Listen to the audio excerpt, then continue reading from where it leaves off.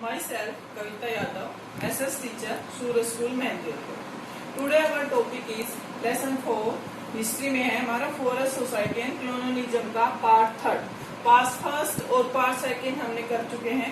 Part third में आज हमारा मेन टॉपिक होगा शिफ्टिंग कल्टीवेशन।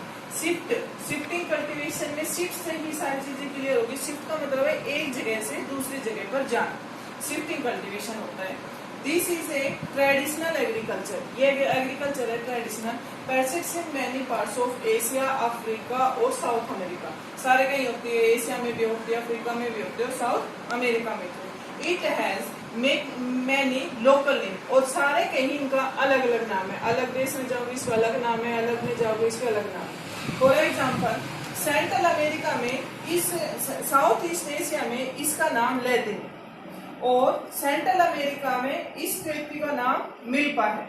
अफ्रीका में जाएंगे तो इसका नाम चितमनी और तभी है, दो नाम से जाना जाता है। उसके बाद श्रीलंका में इसको चेन्ना के नाम से जाना जाता है, और इंडिया में आए तो इसके बहुत ज्यादा नाम है। इंडिया में इसको कोडू, बेवार, कुमारी, झूम और अलग अलग नामों से जाना जाता है।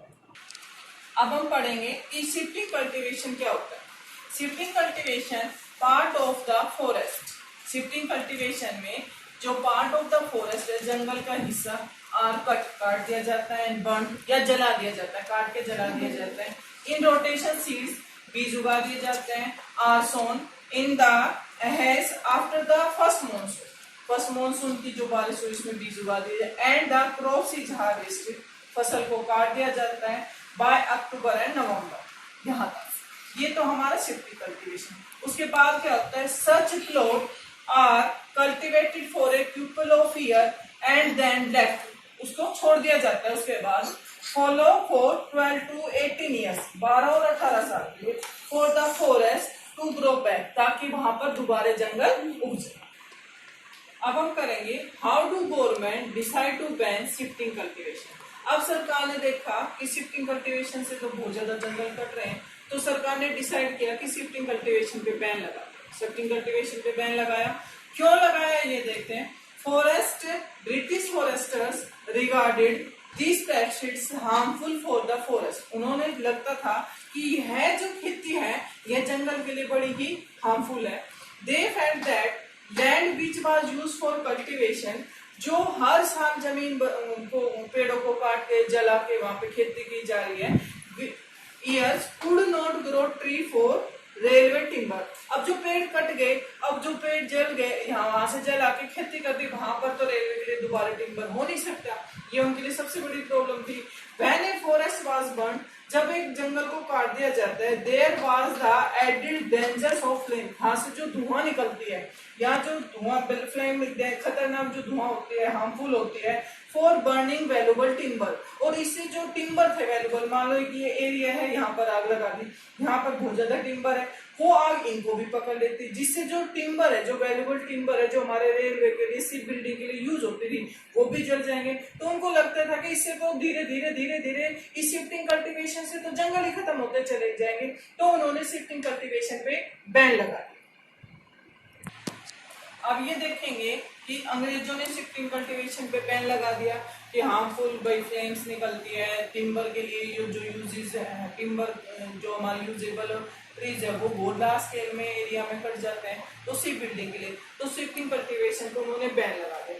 बैन लगने के बाद जो कम्युनिटी जो जंगल में रहते थे, एज ए रिजल्ट उन पे क्या प्रभाव पड़ा, एज ए रिजल्ट, और इसका क्या रिजल्ट निकला, जो बहुत ज्यादा कम्युनिटी जो वहां गांव में रहते थे, जंगलों में रहते थे, many communities were forcefully displaced from their home in the forest. अब उनको, अब जंगल में तो कोई काम बचा नहीं, शिफ्टिंग कल्टीवेशन पे बैन हो गई, प्रोटेक्ट फॉरेस्ट के एरिया में वो जा नहीं सकते थे, तो उन्होंने फोर्सफुली जो जंगल में उनका घर था उन्होंने छोड़ दिया, उनके लिए भी छीन दी। Some had to change occupation, अब लोगों ने अपना ऑक्यूपेशन चेंज कर दिया। क्यों, पहले तो जंगल से अपने जो हानि हो गया और जो चीजें होती थी वो जंगल से कलेक्ट की, मार्केट में बेचे, अपना लिवलीहुड चला गया। अब वो सारी चीजें तो बंद होगी, तो बहुत से लोगों ने अपना ऑक्यूपेशन चेंज कर लिया। By some restrictions through large and small rebellion, और कुछ जो थे ना वो उन्होंने छोटे छोटे और बड़े बड़े अंग्रेजों के खिलाफ विद्रोह शुरू कर दिए। सम पीपल, कुछ लोगों को इसका फायदा भी हुआ शिफ्टिंग कल्टीवेशन में बैन होने से। उनके लिए क्या हुआ, फ्रॉम द न्यू अपॉर्चुनिटी, नए रास्ते आ गए, नई अपॉर्चुनिटी आ गई, that had open up in the trade, उन्होंने अपना व्यापार करना शुरू कर दिया। अब ये सारा टॉपिक था हमारा शिफ्टिंग कल्टीवेशन पे कि शिफ्टिंग कल्टीवेशन होता क्या है, शिफ्टिंग कल्टीवेशन का दूसरे देशों में क्या क्या नाम है, शिफ्टिंग कल्टीवेशन में क्या क्या होता है। उसके बाद शिफ्टिंग कल्टीवेशन पे अंग्रेजों ने बैन लगाया, तो उनका लगाने के पीछे क्या कारण था। अब बैन लग गया तो शिफ्टिंग कल्टीवेशन के बैन लगने से लोगों के जीवन पर क्या क्या उसका इफेक्ट पड़ा जो वहां पर जंगलों में रहते थे। यह हमारा पार्ट 3 था जिसमें हमने शिफ्टिंग कल्टीवेशन पढ़ा। Thanks, have a nice day.